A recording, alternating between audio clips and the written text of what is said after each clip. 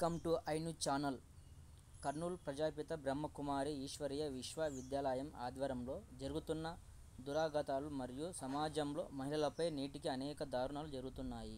వరకట్న వేధింపులు, గృహహింస, అత్యాచారాలు, దాడులు, వేధింపులు ఇలా అనేకం మహిళా లోకం భరిస్తూనే ఉంది. ఇలాంటి నేపథ్యంలో మరో విధంగా ఆధ్యాత్మికంగా పేరుతో జరుగుతున్న దారుణాలు వెలుగులోకి వచ్చాయని, ఆ దారుణాలు అరికట్టే ప్రయత్నంలో ప్రతి ఒక్కరూ కృషి చేయాలని అవసరం ఎంతైనా ఉందని బుధవారం కర్నూలు జిల్లాలో ఆధ్యాత్మికంగా పేరుతో ప్రజాపిత బ్రహ్మకుమారి ఈశ్వరీయ విశ్వవిద్యాలయం ఆధ్వర్యంలో మీరా మహిళ రాధాకృష్ణలు మహిళల పట్ల చేస్తున్న దుర్మార్గాలపై రాజ్ విహార్ అంబేద్కర్ భవన్లో అవగాహన కార్యక్రమం ఏర్పాటు చేశారు.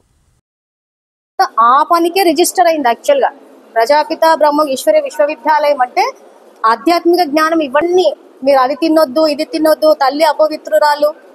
సో ఎట్లా అంటే విడదీసేశారు కుటుంబమే. అంటే చాప కింద నీరులాగా మన కుటుంబాల మధ్యలోకి వచ్చేసింది విషయం. సో మేమేంటంటే అన్ని చోట్ల వెళ్తాం. ఈరోజు కర్నూలు నుంచి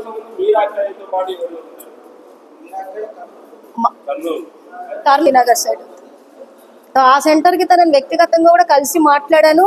మా నోటీస్కి వచ్చింది, తీసేసాం సంస్థ నుంచి అని చెప్పి నాకు పేపర్ కటింగ్స్ ఇచ్చారు. ఆ ప్రెస్ నోట్ లో పెట్టాను. అది సో తన బాధితులు మహిళలు కాబట్టి వాళ్ళని బ్లాక్మెయిల్ చేసినప్పుడు కాపురాలు కూలిపోతాయని, పెళ్లిళ్ళు అవ్వాలని చెప్పి చాలా మంది బయటికి రారు. సో అప్పుడు ఇంకా మనము ముందుకు రావాలి. సో ఈరోజు మీ అందరి మీద నమ్మకంతో ఆడవాళ్ళు సురక్షితంగా ఉండడానికి సహకరిస్తారని చెప్పి మీ మీద నమ్మకంతో వచ్చాను నేను.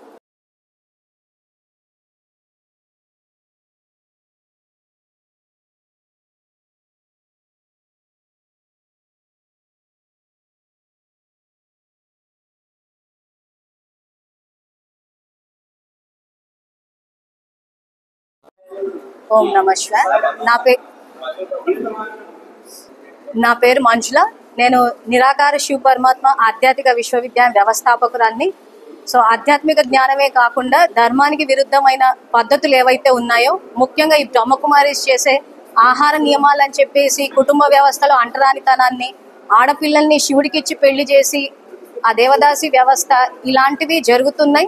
ముఖ్యంగా ఈరోజు కర్నూలుకి ఎందుకు వచ్చామంటే, కర్నూలు ఓర్వకల్లు మండల్ నుంచి కొద్దిమంది మహిళలు ఫోన్ చేశారు నాకు. వాళ్ళ పట్ల లైంగిక దాడులు, ఆర్థికంగా దోపిడీ జరుగుతుంది, రాధాకృష్ణ అన్న వ్యక్తి చేస్తున్నట్టు ఫోన్ చేసి చెప్పారు. సో దానికి నేను ఆ ఊరికి వెళ్ళి అతనితో మాట్లాడడం కూడా జరిగింది. అతను సైలెంట్గా ఉన్నాడు, ఏం చెప్పలేదు. తర్వాత ఈ సంస్థ యొక్క ఇన్ఛార్జ్ మీరా అక్కయ్య తోటి కూడా మాట్లాడాను. మా సంస్థ నుంచి ఎక్స్పెల్ చేసాం, బహిష్కరించామని చెప్పారు. సో కానీ మోసాలు అయితే కంటిన్యూ అవుతూ ఉన్నాయి. సో ఈ విషయంలో ప్రజలు అవగాహన పెంచుకోవాలి. ఎందుకంటే మానసికంగా మైండ్ని కంట్రోల్ చేసి చేస్తున్న మోసాలు కాబట్టి చట్టపరంగా చర్యలు తీసుకోనికి చాలా సమయం పట్టొచ్చు. కాబట్టి మహిళలు ముఖ్యంగా ఈ విషయంలో అవగాహన పెంచుకుని ఇలాంటి విషయాల్లో జాగ్రత్తగా ఉండి కొన్ని విషయాలు తెలుసుకుని, నన్ను అడిగితే వెళ్ళకపోవడమే మంచిది. సో శివుడి వల్ల శాంతి అన్నది ఏదైతే మన దేవాలయాలకు వెళ్తే కూడా వస్తుంది. సో ఇంకా ఏమైనా పద్ధతులు కావాలి, ఇంకా తెలుసుకోవాలంటే మా సంస్థ ద్వారా తెలుసుకుంటాం. కానీ ఈ విషయం మీద పూర్తి జిల్లా మొత్తంలో అవగాహన పెంచాలి. ఇది ఒక కర్నూలు జిల్లాకు సంబంధించిన విషయమే కాదు, పూర్తిగా భారతదేశంలో జరుగుతోంది. సో మీరందరూ సహకరించి మహిళలందరూ ఈ రోజు సురక్షితంగా ఉండడానికి సహకరించాలి, అవేర్నెస్ పెంచాలన్నది మా మనవి.